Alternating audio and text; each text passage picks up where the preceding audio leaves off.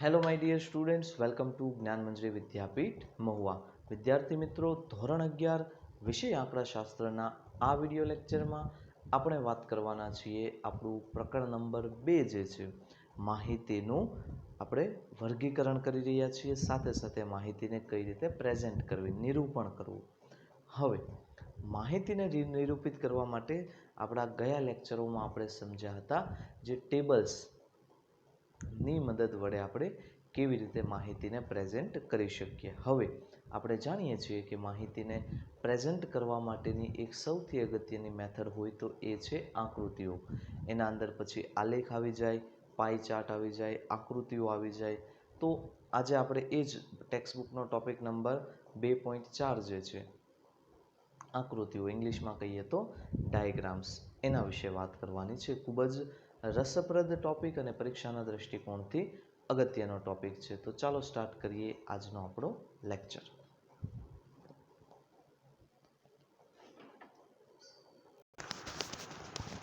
તો આજે આપણે અભ્યાસ કરવાનો છે આકૃતિઓ વિશે, ઇંગ્લિશમાં કહીએ તો ડાયાગ્રામ. હવે આકૃતિ જે છે આપણને ડાયરેક્ટલી ખ્યાલ આવી જાય, કારણ કે ડેટા આપણી પાસે હોય તો ડેટાને રીડ કરવો પડે, એના એનાલિસિસ કરવા માટેનું આપણી પાસે નોલેજ હોવું જોઈએ. ઘણી બધી વાર આ નોલેજનો અભાવ હોય છે. બીજું કે ટેબલ તમે બનાવો એના કરતાં તમે વિચારો જે આકૃતિ બનાવો એ કેવી આકર્ષક લાગે. એટલા માટે આંકડાશાસ્ત્રના જો દૃષ્ટિકોણથી હું વાત કરું તો આકૃતિની મદદ વડે જ્યારે તમે કોઈ ડેટાને રિપ્રેઝેન્ટ કરશો તો એ વધારે આકર્ષક લાગશે અને સાથે સાથે માહિતી જે છે એ સરળ ભાષામાં જટિલ માહિતીને સમજી શકાય. તો જુઓ, સૌથી પહેલાં આપણને કીધું છે કે આંકડાશાસ્ત્રમાં આકૃતિઓનું મહત્ત્વ અને મર્યાદાઓ. તો શું છે મહત્ત્વ, શું છે મર્યાદાઓ, બંને વિશે વાત કરીએ તો વિશાળ અને જટિલ માહિતીને સરળતાથી સમજી શકાય તેમજ તેને આકર્ષક રીતે રજૂ કરવા માટે વર્ગીકૃત કરેલ માહિતીને આકૃતિઓ કે આલેખો દ્વારા દર્શાવવામાં આવે છે. એટલે આપણે શું કરીએ છીએ, આ માહિતીને આકૃતિ કે આલેખ વડે વર્ગીકૃત માહિતીને દર્શાવી શકીએ. આપણા અભ્યાસક્રમમાં આકૃતિઓ જ હોવાથી આપણે તેની ચર્ચા કરીશું. આલેખો વિશે આપણે માહિતી ભણવાની નથી. આકૃતિઓ દ્વારા માહિતીના મુખ્ય તારણો આપોઆપ સ્પષ્ટ બને તે રીતે માહિતીની રજૂઆત થાય છે. સાથે સાથે બીજું એ પણ યાદ રાખજો કે આપણો જે નવો અભ્યાસક્રમ છે એમાં આ ટોપિક પાછો છે નહીં. એટલે જો હું આ ચેપ્ટર પૂરતી જો તમને વાત કરું તો એના અંદર ખાલી આપણી પાસે 2 જ ટોપિક છે. ટોપિક નંબર જે આપણો 2.3 છે, કોષ્ટક રચના અને તેના પ્રકાર અને તેના ઉપયોગો અને કોષ્ટક રચનાના માર્ગદર્શક નિયમો. આ 2 ટોપિક જ પરીક્ષામાં છે. બરોબર છે. જો પીડીએફ હજી સુધી તમે ન જોઈ હોય કટ સિલેબસની તો જોઈ લેજો. તો પણ કેમ ભણાવીએ છીએ, ઘણા બધાને આવો પ્રશ્ન થાય. એટલે જુઓ, આ પરીક્ષાના દૃષ્ટિકોણથી આપણે નથી ભણાવતા, તેમ છતાં તમારે આનું હોમવર્ક કરીને મોકલવાનું છે. આપણે મહત્ત્વ અને મર્યાદાઓ વિશે હું તમને સમજાવી દઈશ. અલગ અલગ પ્રકારો આપણે ખાલી ઉપરથી જોઈશું, કારણ કે બોર્ડે કીધું છે ભણાવવું, અને બોર્ડ કરતાં પણ વધારે ધોરણ 12ની અંદર આ બધું જ આવશે. પાછું આવતા વર્ષે તો તમારે એવું નહીં થાય કે સિલેબસ ઘટાડી દેવામાં આવશે. અત્યારે બહુ સારું છે અને આપણે પણ નહીં પૂછીએ પરીક્ષાઓમાં પણ. એટલે એ પણ તમે એક સાથે સાથે જોઈ લેજો કે જે કોઈ પણ ટોપિક કેન્સલ છે એ ટોપિક આપણે પરીક્ષાઓમાં નહીં પૂછીએ. એટલે પરીક્ષાઓમાં એ જ બધા ટોપિક કરવાના છે જે સિલેબસમાં હોય. એના વિશે પણ આપણે માહિતી આપીશું તમને. પણ આ મર્યાદાઓ જે છે એ ખાલી સમજી લઈએ. તો જુઓ, જ્યારે પણ આપણે આકૃતિ દોરીએ તો આપણે આનું બ્રીફ ઇન્ટ્રોડક્શન લેવાનું છે. બહુ ડિટેલમાં આની રજૂઆત કરવાની નથી, કારણ કે તમે સમજી શકો છો કે એના પાછળ આપણે વધારે સમય આપીશું નહીં, કારણ કે બોર્ડે આને સિલેબસમાં રાખ્યું નથી. પરંતુ મારા ખ્યાલે 11th જે છે એમાં બોર્ડના સિલેબસ કરતાં આપણે આપણી રીતે આગળ ચાલવું પડશે કે આપણે 12થમાં કઈ રીતે સારા માર્ક આવે એ બાબતે. હા, જો તમે 12થમાં હોત તો ઓબ્વિયસ વાત છે કે તમારે જે ટોપિક કટ થયા છે એ ટોપિક ન જ ભણાવવા. બરોબર છે. પણ અહીંયા જો આપણે વાત કરીએ તો મહત્વની અંદર તો એ કે તમે જો આકૃતિ જોઈ હોય, હું તમને સંક્ષિપ્તમાં માહિતી આપીશ તો એ લાંબા સમય સુધી યાદ રહે. તમે વિચારો, ડેટા ઓછા યાદ રહે પણ આકૃતિ જોઈ હોય તો યાદ રહી જાય. બીજું, આકૃતિ દ્વારા માહિતીને આકર્ષક અને સંક્ષિપ્તમાં હોય છે. પછી જો આપણે આકૃતિ દોરવી હોય ને તો તુલના સરસ રીતે થઈ શકે. સરળતાથી આપણે બે વસ્તુઓની તુલના કરી શકીએ છીએ. ચોથું, માહિતીને દર્શનીય આકૃતિથી રજૂ કરી હોય તો અભ્યાસમાં સમયની બચત થાય છે. પછી જે લોકો ન સમજેલા હોય, ન ભણેલા હોય, એ લોકો પણ આકૃતિ જોવે તો ખ્યાલ આવી જાય કે ભાઈ આ વધારે છે, આ ઓછું છે. એમાં ભણવાની પણ જરૂર રહેતી નથી. પછી આપણે એડવર્ટાઇઝમેન્ટ બનાવતા હોઈએ છીએ, એનાલિસિસ કરતા હોઈએ છીએ, એમાં પણ આ આકૃતિઓ જે છે એ ખૂબ જ ઉપયોગી છે. આકૃતિઓમાં ભાષાનું બંધન નથી, એટલે કોઈ પણ ભાષાનો વ્યક્તિ હોય એ આકૃતિમાંથી તારણ બનાવશે તો એ સરળતાથી જ બનાવી શકશે. જો મર્યાદાઓની વાત કરીએ તો એક તો સૌથી મેઇન વસ્તુ છે ચોકસાઈ રાખવી જોવે. જે પ્રપોર્શનમાં વસ્તુઓ હોય, વસ્તુઓ ઇન ધ સેન્સ જે આપણી આવૃત્તિઓ છે, એ જ પ્રપોર્શનમાં આપણે આકૃતિ દોરવી જોઈએ. પછી દ્રષ્ટિભ્રમને કારણે આકૃતિઓ લોકમાનસને ઘણીવાર મૂંઝવી દે છે અને આકૃતિ દ્વારા માહિતી દર્શાવવામાં આવે ત્યારે તેમાં માહિતીની ચોકસાઈ ઓછી થતી જાય છે. એટલે માહિતી દર્શાવશું તો એની ચોકસાઈ ઘટતી જશે. તો આ 8 મહત્વ અને મર્યાદાઓ. હોમવર્કની અંદર ખાલી આટલું જ તમારે મને લખીને મોકલવાનું છે. આના કરતાં વધારે લખવાની જરૂર નથી, કારણ કે એ લખવું તમે ખાલી એકવાર સમજી લ્યો. આકૃતિઓનું મહત્વ, આકૃતિઓના પ્રકારો આપણે જોઈ લઈએ, એક રિવિઝન ટાઈપ, પછી કાંઈ જરૂરી છે નહીં. હવે આકૃતિના 3 પ્રકાર છે. એક માપી આકૃતિ. એક માપી એટલે શું? એમાં એક જ લક્ષણને ધ્યાનમાં લીધું હોય એને શું કહેવાય? એક માપી. જેમ કે સ્તંભાકૃતિ છે એટલે પાસે આપણે સ્તંભ દર્શાવીએ, અથવા સાદી વિભાજિત સ્તંભાકૃતિ છે, ટકાવારી વિભાજિત સ્તંભાકૃતિ છે. સ્તંભાકૃતિ એટલે મેઇન શું કે બાર ડાયાગ્રામ. તમે ધોરણ 10માં પણ આવું કરી ગયા હશો. બે બિંદુઓને જોડી અને જેમ થાંભલાઓ હોય એવી રીતે આપણે બનાવ્યું, પણ એક જ લક્ષણને ધ્યાનમાં રાખવાનું છે એટલે એક માપી એને કહીશું. તમે જુઓ, અહીંયા જુઓ, અલગ અલગ વિદ્યાશાખાના વિદ્યાર્થીઓની માહિતી છે. તો તમે જોઈ શકો છો કે એમાં માર્ક આ સ્તંભાકૃતિ દ્વારા એને દર્શાવેલા છે. આ પણ તમે જોઈ શકો છો. પછી બીજો ભાગ છે એ છે પાસેના સ્તંભો. એટલે એના અંદર પાસેના સ્તંભો. જુઓ, અહીંયા 2 સ્તંભો છે. વાણિજ્યમાં જ છે તો વાણિજ્યમાં પાછા 2 ટાઈપ, છોકરાઓ અને છોકરીઓ. તો છોકરાઓ માટે અલગ, એટલે કે જે સ્તંભ છે, અને છોકરીઓ માટેનો સ્તંભ પણ અલગ અલગ. તો આવી રીતે આપણે પાસેના સ્તંભો દર્શાવતી આના અંદર હકીકતમાં 2 અલગ અલગ વેરાયટીઝ અહીંયા આપણને જોવા મળે. અહીંયા તમે જોઈ શકો છો ઉત્પાદન અને વેચાણ. તો અલગ અલગ વર્ષ માટે એક સ્તંભ ઉત્પાદન દર્શાવે છે, જે તમને આમ પ્લેન દેખાય છે, અને જે બીજો ચેક્સ ટાઈપ દેખાય છે એ શું દર્શાવે છે? વેચાણ. તો સીધું જો તમે સ્તંભાકૃતિ જુઓ ને એટલે ખ્યાલ આવી જાય કે કોનું વેચાણ વધારે છે, કોનું વેચાણ ઓછું છે. એના પછી સાદી વિભાજિત સ્તંભાકૃતિ. આ શું છે? તો અહીંયા તમે જોઈ શકો છો કે કોઈ એક 2 કુટુંબ છે, એની વિગતવાર અહીંયા માહિતી છે કે ભાઈ કુટુંબ એ છે તો એ કયા ડિપાર્ટમેન્ટમાં કેટલો ખર્ચ કરે છે, એટલે ખોરાક પાછળ કેટલો ખર્ચ કરે છે. તો બંનેની આકૃતિ પણ એક જ સ્તંભ ઉપર, કારણ કે ખર્ચ તો છેલ્લે ટોટલ થવાનો. પછી કપડાં છે, શિક્ષણ છે, બળતણ છે, ભાડું, અન્ય. તો જુઓ, સિમ્પલી જોઈ શકીએ છીએ કે કુટુંબ બી જે છે એ શું છે? તો એ વધારે ખર્ચ કરે છે. એટલે આવી રીતે આપણે વિભાજિત સ્તંભાકૃતિઓ પણ બનાવી શકીએ છીએ. એના પછી છે ટકાવારી. હવે વિભાજિત તો હતું, પણ આપણે હવે શું કરીશું? એને જ દર્શાવીશું ટકાવારીના સ્વરૂપે. કેટલા ટકા ખર્ચ કરે, એનો મતલબ બંનેના 100% હશે. પૈસા અલગ અલગ હતા પણ ટકા કેવા હશે? ટોટલ તો 100 જ હશે. તો એવી રીતે તમારે ટકાવારી કાઢવાની હોય અને એ પછી બનાવતા હોઈએ, પણ આપણા સિલેબસમાં છે નહીં. અહીંયા એક બીજું ઉદાહરણ છે સેમ ટુ સેમ, પણ જો ખોટ જાય એનો મતલબ આપણે એક્સ અક્ષની નીચે જવું પડશે. ખોટ જાય એટલે ક્યાં જવું પડશે?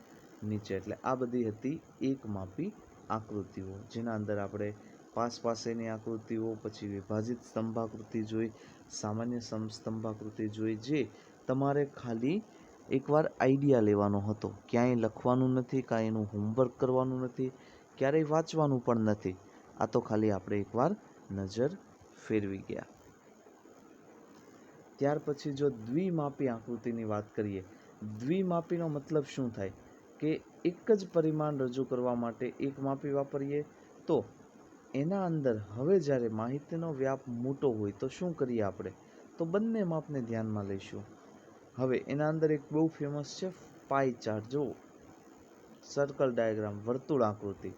તો અહીંયા આપણે જોઈ શકીએ છીએ અલગ અલગ વ્યક્તિઓના જે આપણે જોઈએ તો ઉત્પાદન અલગ અલગ વર્ષ માટે અલગ અલગ છે. તો અહીંયા આપણે જોઈ શકીએ છીએ એટલા સેન્ટીમીટરનું વર્તુળ દોરવાનું.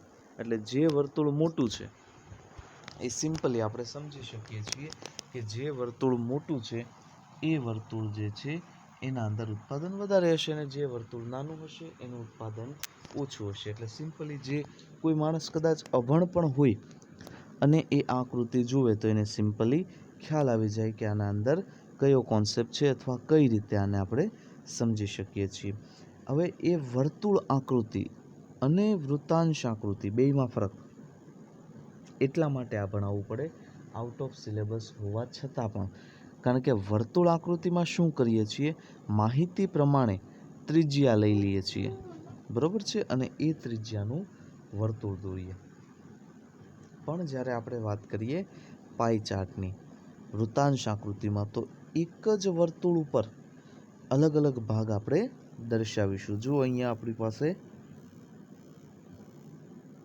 પાઈ ચાર્ટ છે, તો એના અંદર અલગ અલગ ભાગ, તો સીધો તમે જુઓ તો શેર મૂડી જે છે એ સૌથી વધારે. એના પછી તમે જોઈ શકો છો કે સેકન્ડ નંબરે જે છે અનામત, તો એનો પણ હિસ્સો 1/4 દેખાય છે. અને પછી 1/8ની અંદર લોન અને ચાલુ જવાબદારી. તો એક જ વર્તુળની ત્રિજ્યા ગમે તેટલી હોય એનાથી ફરક પડતો નથી. વર્તુળ છે અને વર્તુળના લક્ષણો છે, હકીકતમાં એનાથી ફરક પડે છે. તો આવી રીતે આપણે પાઈ ચાર્ટ અહીંયા તમે જોઈ શકો છો. અલગ અલગ બે કુટુંબો છે, તો બંને કુટુંબોની વાર્ષિક જે ખર્ચ હતો આપણે આની પહેલાં જે સ્તંભાકૃતિ દોરી હતી એની જેમ જ, પણ આના અંદર વૃત્તાંશ એનો તમે મતલબ જોવા જાઓ તો શું થાય? વૃત્ત વત્તા અંશ. તો આ વૃત્તાંશ આકૃતિની મદદથી આપણે આ વસ્તુ જે છે સમજી શકીએ છીએ. એના પછી ચિત્રાકૃતિ, આના અંદર શું હોય? તો અહીંયા તમે જોઈ શકો છો કે માનવનું એક ચિત્ર લઈ લેવાનું કે ભાઈ એક ચિત્ર એટલે 20,000 વ્યક્તિ. તો એ જે છે શહેર, એની વસ્તી 20,000 હતી, બીની 40,000 હતી, તો 2 દોરી નાખો. સીની 60,000, 3 દોરી નાખો. ડીની 80,000, તો 4 દોરી નાખો. હવે 90,000 હોય તો 4 આખા દોરવાના છે ને એક કેવો દોરવાનો છે? હાફ દોરવાનો છે. આને આપણે શું કહીશું? ચિત્રાકૃતિ તરીકે ઓળખીએ છીએ. અહીંયા તમે જોઈ શકો છો અલગ અલગ પાક છે, તો એના ચિત્રો દર્શાવવાના ટૂંકમાં. તો કોઈ માણસ હોય તો કદાચ કપાસ એને વાંચતા ન આવડતું હોય, પણ એ કપાસનો ડોંડવો જોવે એટલે એને ખબર પડી જાય કે આ કપાસ છે. બસ આવી જ રીતે ચિત્રાકૃતિ મેઇનલી એ જ વસ્તુ કે સરળતાથી કોઈ અભણ માણસ પણ આને સમજી શકે એવી રીતે આપણે આ વસ્તુ બનાવી શકીએ છીએ. તો આ હતું આ આપણું ચેપ્ટર. અહીંયા થાય છે પૂરું. ચેપ્ટરને આપણે કમ્પ્લીટ કર્યું છે. હકીકતમાં આપણે કમ્પ્લીટ નથી કર્યું, બોર્ડ એ આપણને કમ્પ્લીટ કરાવ્યું છે. કારણ કે આટલા બધા ટોપિક બોર્ડ દ્વારા કેન્સલ કરવામાં આવ્યા છે. તો એ પણ આપણે એક ધ્યાને લેવી પડશે વાત, કે એના લીધે આપણે ફાયદો થયો. નહીંતર આ ચેપ્ટર પૂરું કરવામાં કદાચ વધારે સમય લાગી શકે છે. પરંતુ બોર્ડ જે છે એણે 30% સિલેબસ કટ કર્યો છે. પણ જો આ ચેપ્ટરમાં જો હું વાત કરું તો આ ચેપ્ટર એ લોકોએ 80% કટ કર્યું છે. ખાલી 2 જ ટોપિક એ લોકોએ રાખ્યા છે. તો એ બાબતે જોઈ લેજો. જો હજી સુધી પણ તમારી પાસે PDF ન આવ્યો હોય તો મને કહેજો, હું તમને મોકલી દઈશ. પરંતુ સાચી દિશામાં તૈયારી કરજો. હા, કીધું એમ કે બોર્ડે પણ કીધું છે કે ભણાવવાનું બધું જ છે, 12માના છોકરાઓ હોય તો એ લોકોને પણ ભણાવવાનું બધું જ છે, પૂછાશે એ લોકોએ કીધું એમાંથી. પણ તમે સમજી શકો છો કે એ ભણાવવું જે છે એ છોકરાઓને પણ, કારણ કે 12માવાળા છોકરાઓને તો પછી કાંઈ એટલું બધું ઇફેક્ટિવ નથી, પણ હા, તમારા માટે ખાસ હું કહીશ કે તમારે ખાસ એ બાબતે ધ્યાન આપજો. તો આ ચેપ્ટરમાંથી મેં કીધું એમ કે 2 જ ટૉપિક છે, કોષ્ટક રચના, એના પ્રકારો અને માર્ગદર્શક નિયમો. એ બંને ટૉપિક જે છે કરી નાખજો. સાથે સાથે એ ટૉપિક રિલેટેડ દાખલાઓ જે છે એ પણ સમજી લેજો. અહીંયા આપણી પાસે આખું એક પ્રકરણની ઝલક છે, પણ હવે એ ઝલક મારા ખ્યાલે ઝલક જ રહેશે, કારણ કે હવે આના અંદર તો મોટાભાગનું કેન્સલ થયું છે. તો આ ચેપ્ટર થાય છે અહીંયા પૂરું. અને હવે આપણું જે ત્રીજું ચેપ્ટર છે આપણે સ્ટાર્ટ કરીશું. હવે સ્વાધ્યાય કે એવું કાંઈ તમારે આખું લખવાનું નથી, પણ જે 2 પ્રશ્નો આપણે 2 ટૉપિક કીધા એ વ્યવસ્થિત રીતે પ્રિપેર કરી દેજો. તો આ હતો આજનો આપણો લેક્ચર. આઈ હોપ કે લેક્ચર જોયફુલ લાગ્યો હશે, એવો હું શબ્દ વાપરીશ, કારણ કે તમે ક્યારેય નહીં વિચાર્યું હોય કે આટલું બધું કન્સેશન તમને મળશે. આટલું કન્સેશન ક્યાંય મળતું નથી. બોર્ડવાળાએ હકીકતમાં ઘણું બધું કન્સેશન તમને આપી દીધું છે, બરાબર છે. તો આ હતો આજનો આપણો લેક્ચર. આ ચેપ્ટર પણ આપણે પૂરું થાય છે આજે, અને ચેપ્ટર સરસ મજાનું ચેપ્ટર હતો. ઘણો આપણને આમાં આપણે ડેવલપ થવાનો મોકો મળ્યો. સાથે સાથે આ આકૃતિઓ 12મામાં પૂછાશે, પાછા એ નહીં ભૂલી જતા. કોઈ પણ ચેપ્ટર, કોઈ પણ સબ્જેક્ટ માટે હું કહું છું કે બોર્ડે કેન્સલ કર્યું છે, એ કેન્સલ કર્યું છે એટલે એ આ વર્ષ પૂરતું કેન્સલ કર્યું છે. પણ 12મામાં ધારો કે હું તમને એક સામાન્ય ઉદાહરણ સમજાવું. ભારિત સરેરાશ, ભારિત મધ્યક 11થમાં આવે છે, ચેપ્ટર નંબર 3માં. એ ટૉપિક બોર્ડે કટ કર્યા છે. અને 12થની અંદર એ પાછું પૂછાશે. ભારિત સરેરાશ મધ્યક તમે મેળવશો પછી જ આગળ કંઈ પણ, ધારો કે તમારે પ્રસારમાન તો તમારે અહીંયા આવી ગયું, ચાલો એમ સમજીએ. તો તમારે નિશ્ચાયકતાનો આંક શોધવો છે, અથવા તો લિનિયર રિગ્રેશન મેળવવી છે, સુરેખ સહસંબંધ, સુરેખ નિયત સંબંધ, તો એ બધામાં જરૂર પડશે. તો ત્યારે તમને પાછું શીખવવાનું જ છે. એટલા માટે 12થમાં જેટલું કરવાનું છે એ તો પ્રોપર તમને વ્યવસ્થિત રીતે કરાવશું, જેથી કરીને તમારે આગળ જતાં પણ ક્યાંય પ્રોબ્લેમ ન આવે. કારણ કે આટલો બધો સિલેબસ કટ કર્યો છે કે ઘણીવાર અગત્યના ટૉપિક, અને તમે એનાલિસિસ જો કર્યું હોય તો તમને ખ્યાલ આવશે કે આના અંદર થાય છે એવું કે જે અઘરા ટૉપિક છે ને એ બોર્ડે કેન્સલ કરી દીધા, અને જે સહેલા ટૉપિક હતા એ બોર્ડ દ્વારા રાખવામાં આવ્યા છે. તો એ બાબતે પણ તમે એક જોઈ લેજો. PDF ન મળી હોય તો મને કહી દેજો. અને હોમવર્કમાં પહેલાં જે માર્ગદર્શક એટલે કે મહત્ત્વ અને એની મર્યાદા એ બંને લખી અને મને વોટ્સએપમાં મોકલવાના રહેશે. કંઈ ન સમજાય અથવા તમને એમ લાગતું હોય કે હજી પણ કોઈ ટૉપિક વિશે તમારે ડિટેલમાં ભણવું છે, તો પણ તમે કહી શકો છો. આપણે એ વસ્તુને ડિટેલમાં સોલ્વ કરાવીશું. So this is the end of our lecture. I hope lecture is now clear, lecture is useful for you. Thanks for watching. Jai Hind.